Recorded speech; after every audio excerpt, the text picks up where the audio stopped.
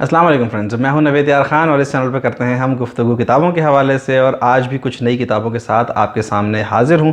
और आज मैं आपको बताऊंगा ऐसे 4 क्लासिकल नॉवेल्स के बारे में जिन्हें आपको ज़रूर पढ़ना चाहिए अगर आप सीरियस उर्दू अदब पढ़ने में इंटरेस्टेड हैं। तो आज तक हमने बहुत सारी किताबों के बारे में बात की है, लेकिन ये 4 किताबें ऐसी हैं जो उन तमाम किताबों पर मैं समझता हूँ किसी न किसी हद तक भारी हैं। तमाम पे नहीं, बट लेकिन काफ़ी सारी किताबों पर काफ़ी हद तक जो है वो भारी है।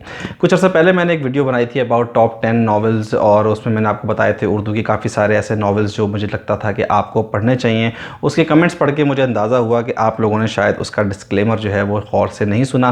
तो मैं अगेन इस डिस्क्लेमर को रिपीट करता हूँ कि ये 4 किताबें जो मैं आज आपको बताऊँगा, यही 4 किताबें सिर्फ इम्पॉर्टेंट नहीं हैं, या यही वो किताबें नहीं हैं जो उर्दू अदब की या उर्दू क्लासिकल नॉवेल्स की बेस्ट किताबें हैं, बल्कि ये उनमें से चंद 4 किताबें हैं। और मैं चाहूँगा कि आप इन चारों को पढ़ें।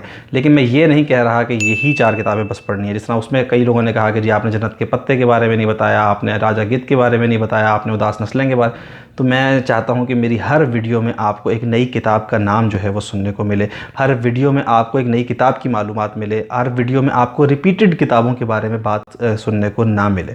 अगर मैं ये कहूँ कि वो टॉप 10 किताबें हैं और इनमें राजा गिद्ध भी है, इनमें उदास नस्लें भी है, इनमें तो मैं वो किताबें तो ऑलरेडी डिस्कस कर चुके हैं। हम अलीपुर का एली के ऊपर हम बात कर चुके हैं, हम जो है वो अलख नगरी पे बात कर चुके हैं। अब फिर रिपीटेडली बात करने का मुझे कोई फ़ायदा नज़र नहीं आता। इसलिए मैं चाहता हूँ कि ऐसी किताबों के बारे में आपको बताऊँ हर नई वीडियो में जिनके बारे में मैंने पहले बात नहीं की। तो विद ऑल दिस सेड मैं अपनी 4 किताबों के बारे में आपको बताता हूँ। तो चलिए शुरू करते हैं।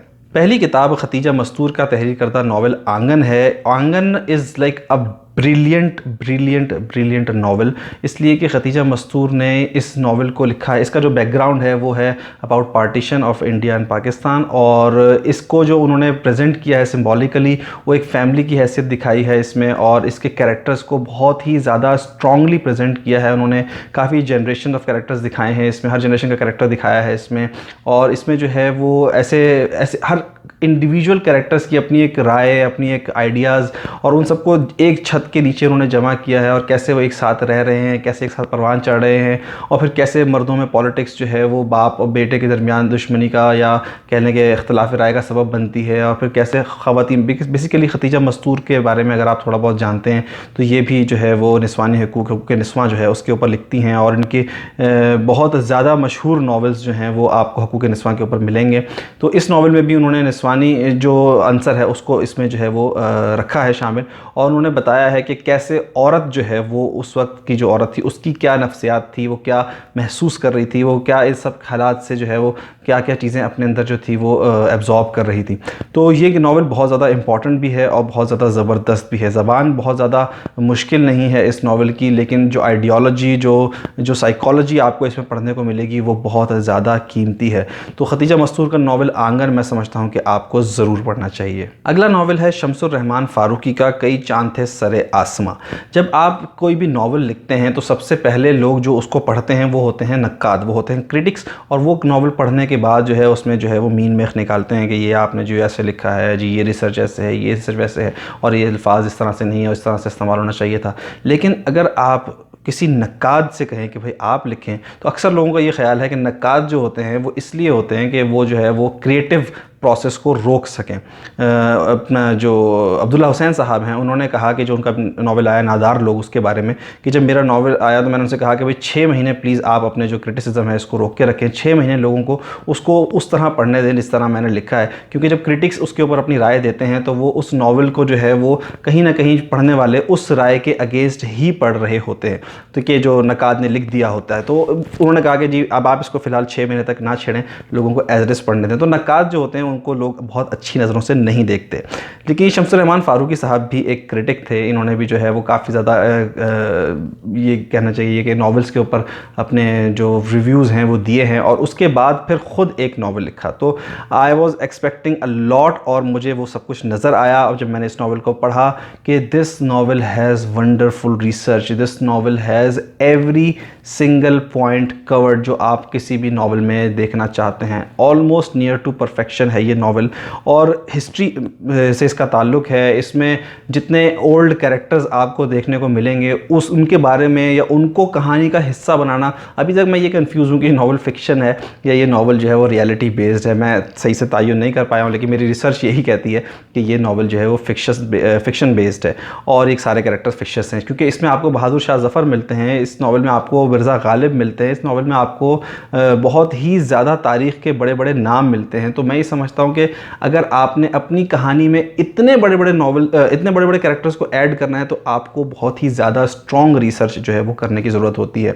फिर ना सिर्फ ये कि रिसर्च की ज़रूरत होती है, फिर जब आप उसको लिखते हैं तो उस ज़माने के जो लोगों के अकायद थे, उस ज़माने की जो रसूमात थी, और फिर जो लहजे उन्होंने जो है वो जो डायलेक्ट्स हैं वो लिखे हैं, वो आपको जो है पढ़ने में जब मिलते हैं तो आप बहुत ज़्यादा झूम उठते हैं। और मैं समझता हूँ कि ये नावल आप लोगों को ज़रूर पढ़ना चाहिए। इस्मत चुग़ताई के नाम से हम सब बहुत अच्छे से वाकिफ़ हैं। इस्मत चुग़ताई अपनी तहरीरों के ज़रिए से हमारे दिलों में हमेशा से अपना घर और मकाम जो है वो बढ़ाती आई हैं।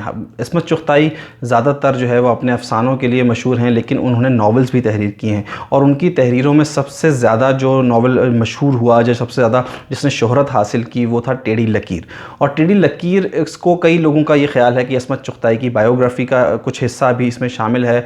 और जिस तरह अगर आप इस्मत चुग़ताई के बारे में जानते हैं तो वो भी हुकूक़ निस्वां के लिए जो है वो सारी ज़िंदगी लड़ती आई हैं। उन्होंने उन टैबूज़ के ऊपर बात की है जो आज तक लोगों जो जिनके बारे में लिखने से घबराते थे, या उन्होंने ऐसे गुर्बत, ऐसे मसाइल के ऊपर लिखा है जिन्होंने जो है वो मुआशरे में कई रेवोल्यूशंस जो हैं वो बर्पा की हैं। तो इस्मत चुग़ताई की जो ज़िंदगी है वो फुल ऑफ जो है वो स्ट्रगल है, और वो स्ट्रगल जो है आपको इस नावल में पढ़ने को मिलती है। सादत हसन मंटो इस किताब के बारे में लिखते हैं एक जगह पे कि इस्मत चुग़ताई इतनी वंडरफुल राइटर हैं कि उन्होंने टेढ़ी लकीर जैसा नावल जो है वो सिर्फ 7 से 8 सिटिंग्स के अंदर जो है वो लिख दिया था। तो ये नावल जो है वो बहुत ज़्यादा इंपॉर्टेंट है और बहुत ज़्यादा कीमती है। अगर आपने इस नावल को अब तक नहीं पढ़ा तो आप इसे ज़रूर हासिल करें और अपनी लाइब्रेरीज़ का हिस्सा बनाएं, और पढ़ने के बाद आपकी क्या राय बनी है मुझे भी उस राय से ज़रूर आगाह करें। मेरा ये मानना है कि नावल जो राइटर लिखते हैं वो कहीं ना कहीं अपनी ज़िंदगी का ही कोई ना कोई हिस्सा जो है वो उस कहानी में या उस नावल में शामिल करते हैं, जो उनका मुशाहिदा होता है, जो उनका तजर्बा होता है।